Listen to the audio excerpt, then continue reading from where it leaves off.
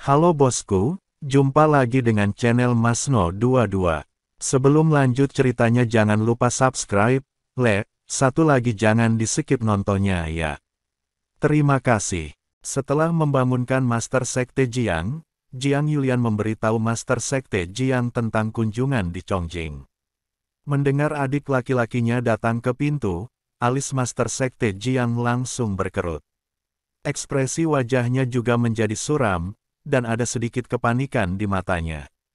Melihat ini, Zeyan berkata, "Ayah mertua, meskipun adik laki-lakimu kejam, bagaimanapun juga kamu adalah kakak laki-lakinya.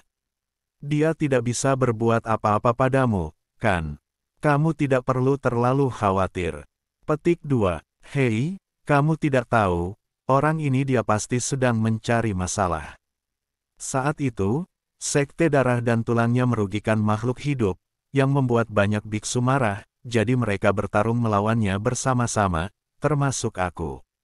Petik 2. Kami mengejar orang-orang dari Sekte Darah dan Tulang sepanjang jalan, dan akhirnya orang-orang ini melarikan diri. Wilayah dinasti Xiao di wilayah barat baru saja lolos dari bencana. Dia tiba-tiba datang kepadaku untuk membalas dendam, tidak ada yang namanya kakak senior. Sepertinya pertempuran ini tidak bisa dihindari. Kalian harus menghadapinya terlebih dahulu. Kumpulkan semua murid, jika terjadi kesalahan, kalian berdua harus melarikan diri, sejauh mungkin. Pemimpin Sekte, Jiang memperingatkan Zeyan dan Jiang Yulian. Ayah, mereka hanya sedikit, kita banyak, jadi tidak perlu takut. Jika kamu ingin melarikan diri, kami akan melarikan diri bersama. Kamu tidak akan pernah ketinggalan. Menggelengkan kepalanya. Ya, kami tidak akan meninggalkan ayah mertuamu sendirian, kami harus pergi bersama. Kalau begitu di Chongjing datang ke sini mengejarku. Jika aku pergi, dia tidak akan pernah menyerah. Jika aku tetap di sini, kamu akan memiliki kesempatan untuk melarikan diri. Kata pemimpin Sekte Jiang. Ayah, mertua, bagaimana kalau saya menghubungi Tuan Chen? Selama Tuan Chen datang, pasti akan ada cara untuk menangani Sekte Darah dan Tulang ini. Slip giok untuk menghubungi Chen Ping. Tidak perlu. Bahkan jika kita menghubungi Tuan Chen, dia sudah jauh. Saat kita tiba, di Chongjing pasti sudah melarikan diri. Kalian berdua akan bertindak sesuai dengan situasi sebentar lagi. Setelah Jiang Zongzu selesai berbicara, dia keluar ruangan untuk menemui di Chongjing. Zeyan dan Jiang Yulian mengikuti di belakang, dan murid lain dari Sekte Jiwa Iblis juga dipanggil. Sebelum Master Sekte Jiang dan yang lainnya tiba di ruangan tempat di Chongjing beristirahat, di Chongjing sudah menyadarinya, dan kemudian memimpin yang lain keluar. Kakak senior, aku sudah bertahun-tahun tidak bertemu denganmu. Bagaimana kabarmu? Di Chongjing memandang Master Sekte Jiang dan berkata sambil tersenyum. Adik laki-laki, kekuatanmu saat ini mungkin yang tertinggi di antara semua saudara. Melihat kekuatan di Chongjing, pemimpin Sekte Jiang menjadi semakin panik. Dia baru berada di alam kesengsaraan tingkat 9, tetapi lawannya sudah berada di puncak alam Mahayana tingkat pertama. Tidak ada cara untuk menutupi kesenjangan besar dalam jumlah ini dengan angka. Terlebih lagi, orang-orang yang dibawa oleh di Chongjing semuanya berada di alam kesengsaraan, dan jauh lebih kuat daripada murid dari Sekte Jiwa Iblis. Kakak senior, kamu tidak perlu terlalu banyak memujiku. Jika kamu tidak menyatukan semua orang untuk memburuku saat itu, kekuatanku mungkin akan lebih tinggi daripada sekarang. Anda masih belum membuat banyak kemajuan. Anda masih dalam tahap mengatasi kesengsaraan. Sayang sekali, Tuan kami sangat malu. Begitu di Chongjing membuka mulutnya, dia langsung menyebutkan apa yang terjadi saat itu. Tuan Jiang tahu bahwa dia mungkin tidak dapat melakukannya dengan baik hari ini. Adik laki-laki, ketika kami meninggalkan guru, dia menyuruh kami untuk tidak membunuh orang yang tidak bersalah tanpa pandang bulu. Meskipun kami adalah pembudidaya iblis, banyak orang yang berprasangka buruk terhadap kami dan bahkan memiliki niat buruk terhadap kami, tetapi kami tidak bisa menyerah pada diri kami sendiri dan harus melakukannya. Martabat penanam iblis harus dipulihkan.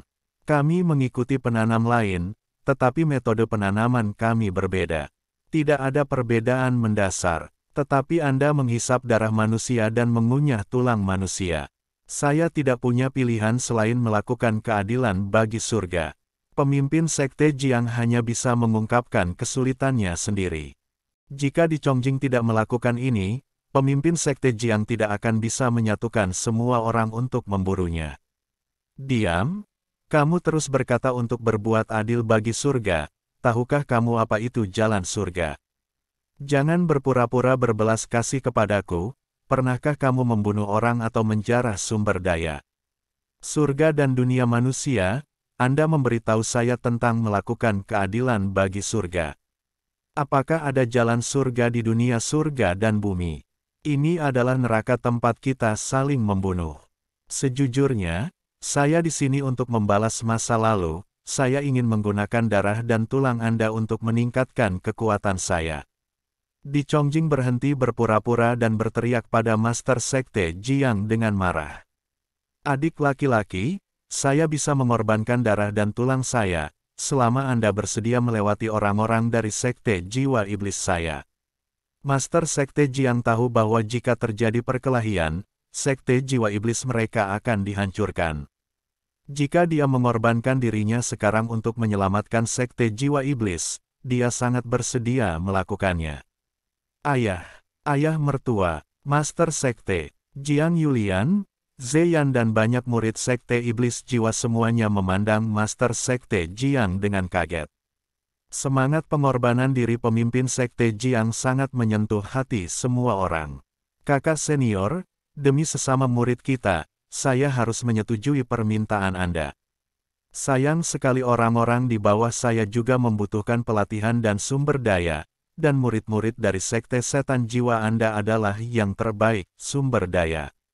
Jadi aku tidak bisa berjanji padamu, tidak ada seorang pun dari Sekte Jiwa Iblismu yang tersisa, semuanya akan mati. Mata di Chongjing dipenuhi dengan ketidakpedulian dan kekejaman. Kamu, pemimpin Sekte Jiang tertegun, matanya penuh amarah. Di Chongjing, jika kamu mendorongku, Sekte Jiwa Iblis kita tidak akan mudah terprovokasi jika kita mencoba yang terbaik. Kamu, apa yang bisa kamu lakukan? Aku bisa menghancurkanmu dengan satu jari. Di Chongjing tersenyum dingin, dia meremehkan pemimpin Sekte Jiang sama sekali. Pemimpin Sekte Jiang memandang di Chongjing dan tahu bahwa tidak ada ruang untuk bernegosiasi dengan orang ini, jadi dia mengertakkan gigi dan berkata, semua orang di Sekte Jiwa Iblis harus mematuhi perintah dan bertarung dengan orang-orang dari Sekte Darah dan Tulang ini. Bahkan jika itu berarti kematian, kita tidak bisa membiarkannya. Mereka menghisap darah dan menggerogoti tulang. Pemimpin Sekte Jiang meraung dan menembak langsung ke arah di Chongjing. Untuk menghadapi seseorang seperti di Chongjing yang lebih kuat darinya, dia harus menyerang terlebih dahulu dan mengejutkannya. Segera setelah dia mengambil tindakan, pemimpin Sekte Jiang menggunakan seluruh kekuatan dan energi spiritualnya yang mengejutkan untuk bergerak menuju di Chongjing. Orang lain dari Sekte Jiwa Iblis juga mengambil tindakan pada saat yang sama. Bagaimanapun, semua orang sudah mati, dan semua orang di Sekte Jiwa Iblis telah melepaskan kekuatan bertarung terkuat mereka.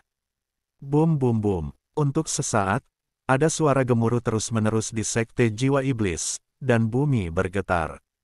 Energi spiritual itu seperti gelombang, menyebar satu demi satu.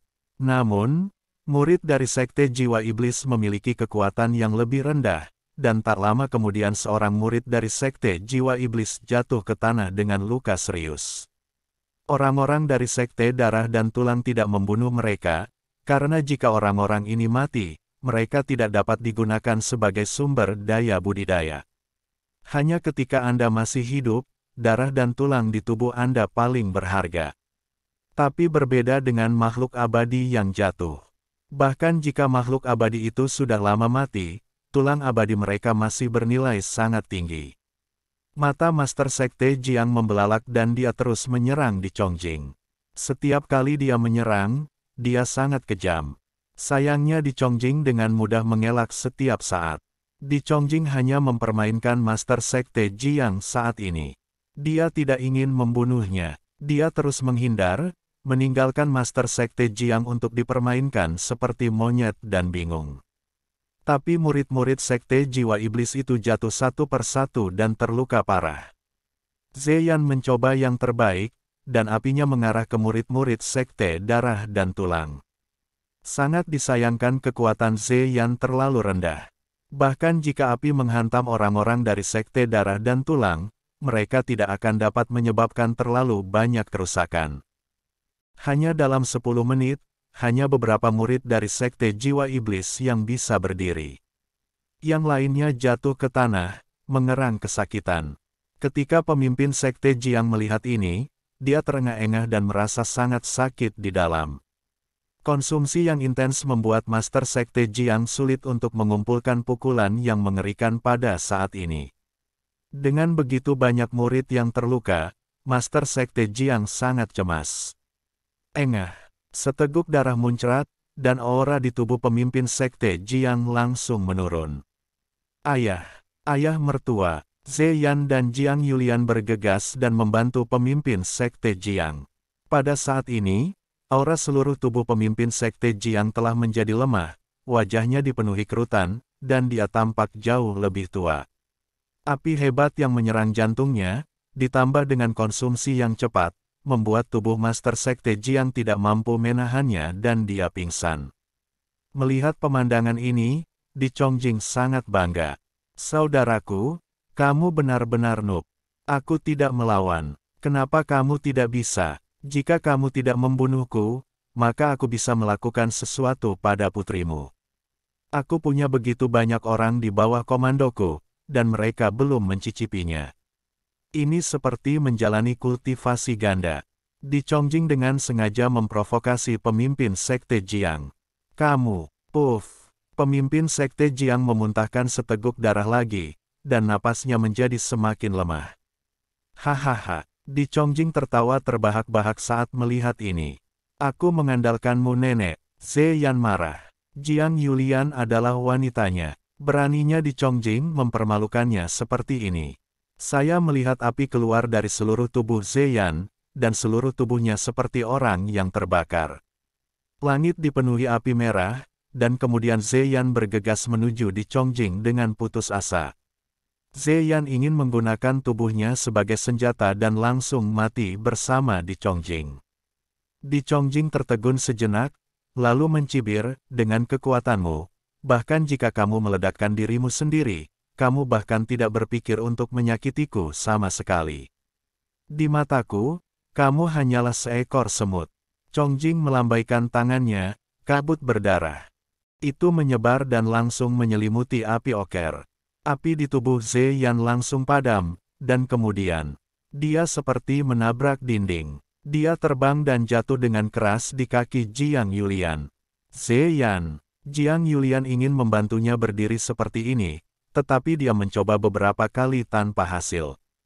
Zeyan terluka, dan serius. Bagaimanapun, Di Chongjing adalah master di alam Mahayana, dan mudah untuk menangani Zeyan. Yulian, maafkan aku tidak bisa melindungimu. Wajah Zeyan penuh rasa bersalah. Sebagai seorang pria, tidak mampu melindungi wanitanya sendiri adalah tanda paling tidak kompeten. Berhenti bicara. Berhenti bicara. Jika Tuhan benar-benar ingin kita mati, maka kita akan mati bersama. Keponakan tertua, aku tidak akan menghentikanmu jika kamu ingin mati, tetapi kamu harus membiarkan anak buahku merasa nyaman sebelum kamu mati. Setelah Di Chongjing selesai berbicara, dia mengedipkan mata pada anak buahnya dan berkata, silakan, jangan merampok. Berbaris satu persatu. Terima kasih, Ketua Sekte. Beberapa orang dari Sekte Tulang Darah terpesona dan kemudian menuju ke arah Jiang Yulian. Di Chongjing, kamu binatang buas, ada apa? Datanglah kepadaku sendiri dan aku akan membawanya sendiri. Jangan lakukan apapun pada putriku.